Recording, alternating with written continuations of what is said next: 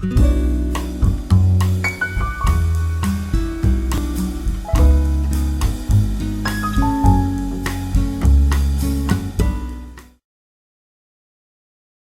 the vinyl community and YouTube, Jörgen S here. I promised subscribers a couple of months ago, Tim, aka TMECS1959. Hello there, Tim. That I would do a random poll. You wanted to see more random poll, and where we pointed out where our favorite track of the album was.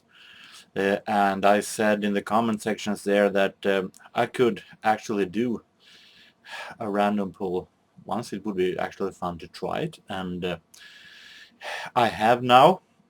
So Tim, I hope you will enjoy it. Actually, it was kind of fun because it was fun not to know what kind of albums I was going to talk about, to see what came up. I've done this as random as I can with my database. I don't have any where the albums are mixed up and out comes one. What I could do is actually to search for a number. So every album is in number order. Search for a number and see what album that came up when I searched for that number. So that's how I've done random, but I still had no clue what will come up. So it is random to me still. So it is it is according to the rules. And what came up was actually very interesting. It was 2 soul tracks, 1 jazz track, 1 80s rock track, and believe it or not, also a Hammond organ album.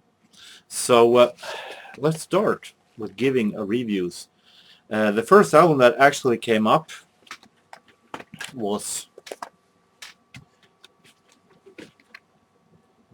this one, Earth, Wind and Fire and Touch the World from 1987. This was very interesting actually, because this is Earth, Wind and Fire in 80s costume. I'm not going to say that it's bad. It's definitely not bad. What it isn't then is as magic as it was in the 70s, because then Earth, Wind and Fire stood for something new with their own unique sound, and here they have they are an 80s soul funk band like everybody else. You can compare this with what Kool and the Gang did in the 80s. Even though I think Earth, Wind and Fire are better than Kool and the Gang, because they have a lot more well functioned melodies than Kool and the Gang's little more party style music. But still, there are no magic tracks here that actually sticks like glue. Like there are no September, there are no In the Stone, no Fantasy, no Boogie Wonderland here. It is still very good songs. It is not a bad album. It is very well produced. It is very interesting songs, even though it lacks of that kind of magic that I think most of us wants to hear from Earth, Wind and Fire. So if it had been any other soul artist, well, maybe not Kool and the Gang, but any other soul artist, it would be a fantastic album. Now it is a band that have delivered so classic albums like Earth, Wind and Fire has, and then it is good. It's very, very good, but it's not. It's lacking a bit of what I actually want to hear. But still has some really good songs. I like You and I. The single System of Survival is really good, even though it's not a hit song. If I'm going, so I actually think this is a very good album. It's recommended if you like soul music, funk music from the 80s, but do not expect it to be Earth, Wind and Fire from what we all know. with exception maybe from Maurice White and Philip Bailey's voices. Favorite song from this one, I take the song Here Today and Gone Tomorrow. I think that is a really great, awesome ballad. It's Philip Bailey at his best, actually, in class as he should be. So that is the best song. Then, very interesting. Back in 1987, I got an album in Christmas present by my family. I was about 12 years, no, 13 years old then, and was pretty new to jazz. But they gave me this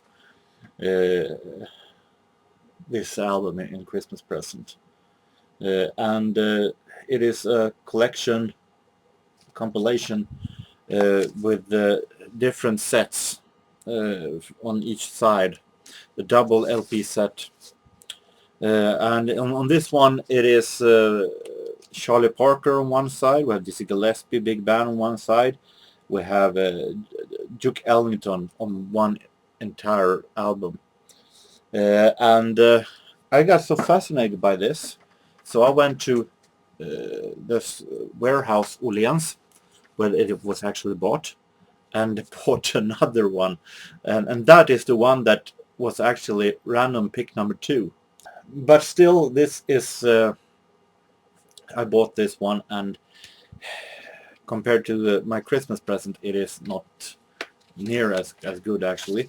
It is released on this Italian label I Giganti del Jazz, who actually is most famous, at least here in Sweden, for having a whole lot of albums in the thrift stores from a box that they released with different jazz musicians, but these albums in the box are sold one and one almost every time.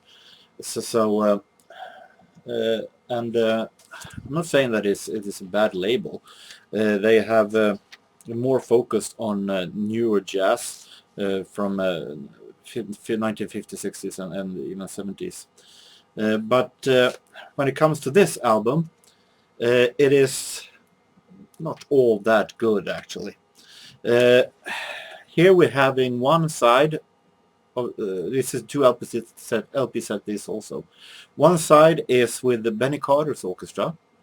One side is with the pianist and entertainer Harry the Hipster Gibson. And then we have one album to complete with the other record is complete with the Ted Wilson Trio from 1976.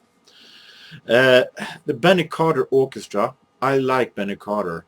I think he was a great musician, great band leader, but that was during the great swing era in the 1930s and 40s.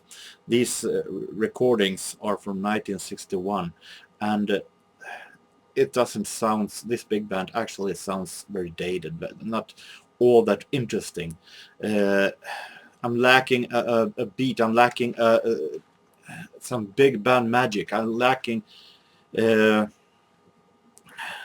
great sound. It's very flat produced, very pale, very pale songs, actually. So then we have Harry the Hipster Gibson, who was actually discovered by Fats Waller, which you can actually imagine, because he sings in the same style as Fats Waller, with this kind of a comedian style singing. And we're having a couple of songs with some kind of unknown pianist that I have no clue who it is, Cecil Jant. Two songs that have been squeezing in as two last songs of side B on the first record. Teddy Wilson Trio is not all that bad. It's actually pretty good, but it is not. It is not every song is actually all that interesting. I huge fan of Teddy Wilson. I think he is a marvelous pianist, but also there, I prefer the older recordings. These are from 1976, which is maybe a little too new for me, at least when it comes to swing. It is sounds sometimes very, very pale, but sometimes it shines, and I really like the version of Three Little Birds, who definitely is the song that is best filled with energy of the Teddy Wilson Trio songs. And but overall, interesting and good songs and good set, but maybe not Teddy Wilson's absolute best. The best part here is Harry the Hipster part. I think Harry the Hipster is better than Fats Waller. Not in playing piano, of course. Fats Waller is one hell of a piano player. But when it comes to singing, I prefer actually Harry the Hipster, because he sings, it sounds more genuine. I think it sounds more real, while Fats Waller sometimes has tend to play over, to actually act away a little too much. It becomes sometimes too much comedy and too little jazz for me sometimes.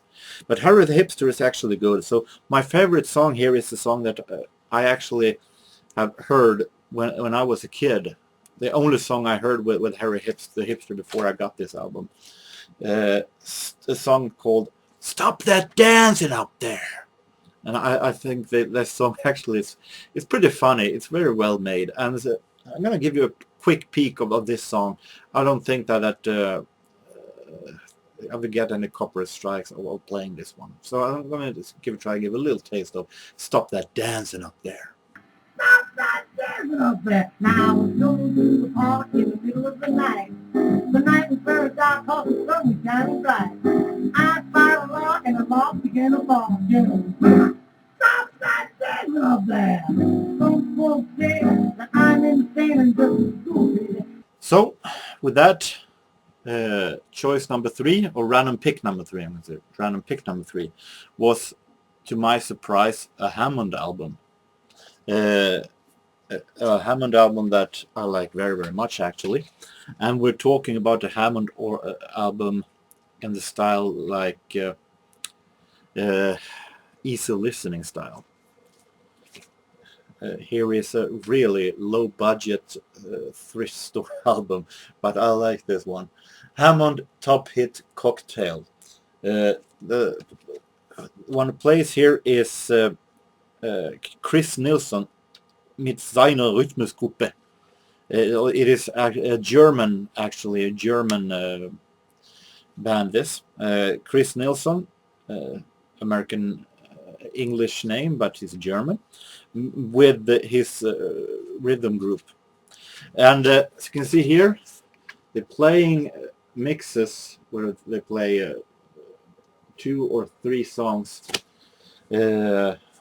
on one track, actually, mixed with 2 and 3 songs in one song. And many of these are pretty much unknown to me anyway. German Schlagers. Ein Glück, das man das Glück nicht kaufen kann. Never heard of. Stille Wasser, die sind tief.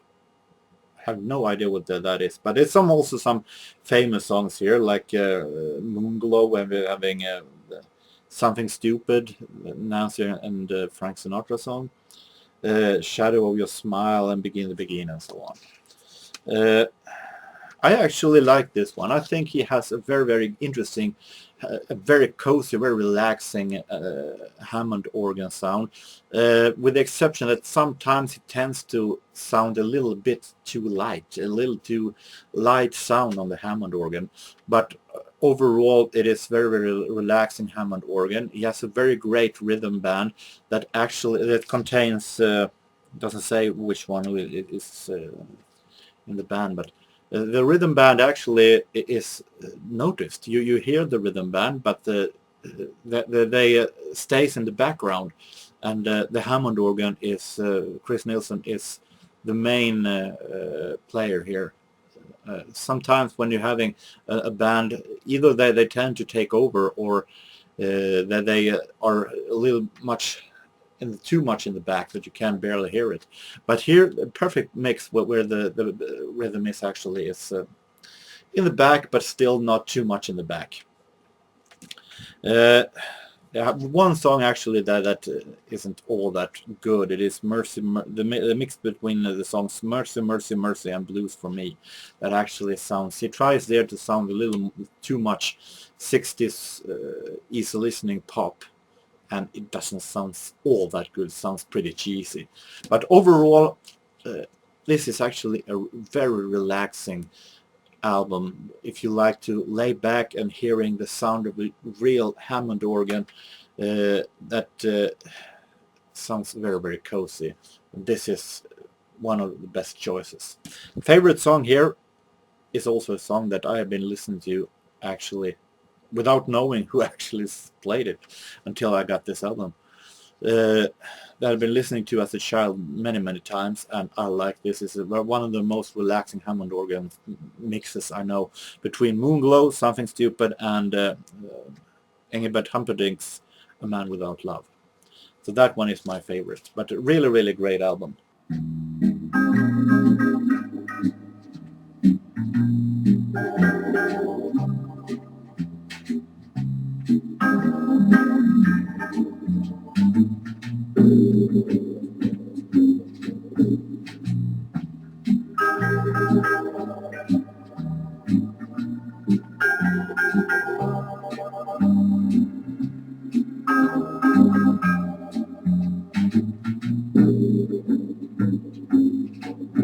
Third choice,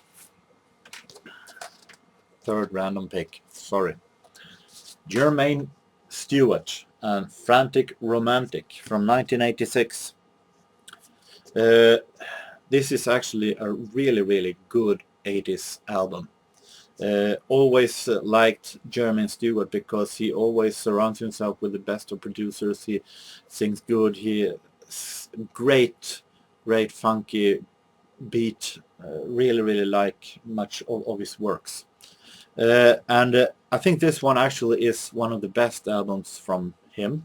And the main producers here are, listen to this, Narada Michael Walden and Jelly Bean John Benitez, who also had produced many of Madonna's 80s tracks. This is great 80s disco soul, nothing more, nothing less, and I'm very weak for that. I think this actually is really awesome produced. Narada Michael Walden shows what kind of a pro he was during the 80s when it comes to producing. And we're having His Here Like Jody, We Don't Have to Take Our Clothes Off, and so on. And I think this is a really good and well-made 80s album. Favorite song, with the risk of not sounding too with risk of sounding a little too ordinary, I always loved We Don't Have to Take Our Clothes Off. I think that is a fantastic funky song, so of course I'm choosing that one. And finally, the final random pick that came up on my computer screen was actually one of my favorite albums. I think I showed this one a couple of times. The Hooters One Way Home from 1987. I think all 80s tracks are from 86, 87. This is a album that I've been listening, that I heard a lot at the radio when I was a kid, on a radio show here called Kulan I Luften. They played a lot of Hooters in that radio show, and I liked them almost from the beginning when they played songs from this one, Satellite, Carla with a K,